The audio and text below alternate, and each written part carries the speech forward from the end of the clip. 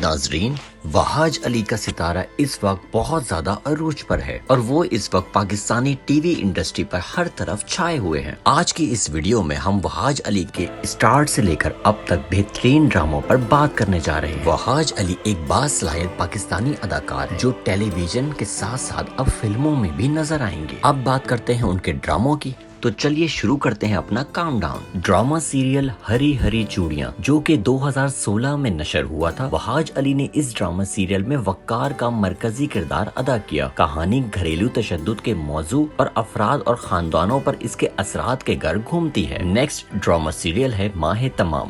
یہ آیا تھا 2018 میں۔ اس رومانٹک ڈرامے میں وہاج علی نے شہریار کا کردار ادا کیا۔ کہانی محبت، رشتوں کی پیچیدگیوں اور افراد کے ذریعے کیے گئے انتخاب کے نتائج کو تلاش کرتی ہے۔ نیکسٹ ڈرامہ سیریل ہے دل بہرم جو کہ 2019 میں آیا تھا۔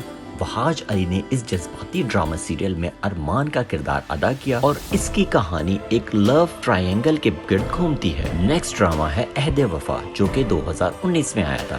اس انتہائی مقبول ڈرامہ سیریز میں وہاج علی کو مرکزی کرداروں میں سے ایک شارک کے طور پر دکھایا گیا تھا۔ یہ ڈرامہ 4 دوستوں کی زندگیوں اور زندگی کے مختلف مراحل سے گزرنے والے ان کے سفر پر مرکوز ہے، جس میں ان کی حب الوطنی اور ملک کے ساتھ لگن شامل ہے۔ نیکسٹ ڈرامہ ہے بکھرے موتی 2020۔ وہاج علی نے اس فیملی ڈرامے میں آہت کا کردار ادا کیا۔ کہانی بچوں کے ساتھ بدسلوکی کے سماجی مسائل اور انصاف دلانے اور کمزوریوں کے تحفظ کے لیے افراد کی طرف سے کی جانے والی کوششوں کو اجاگر کرتی ہے۔ نیکسٹ ڈرامہ سیریل ہے فتور۔ یہ ڈرامہ سیریل 2021 میں آیا تھا۔ وہاج علی نے اس ڈرامہ سیریز میں حمزہ کا مرکزی کردار ادا کیا۔ ناظرین، 2022 کی بات کی جائے تو وہاج علی نے 2022 میں 2 سپر ڈپر ہٹ ڈرامہ دیے ہیں۔ ایک ہے مجھے پیار ہوا تھا جو کہ شہرت کی بلندیوں پر ہے اور دوسرا ڈرامہ سیریل ہے تیرے بن، اور اس ڈرامے نے سابقہ تمام ریکارڈ توڑ دیے ہیں۔ یہ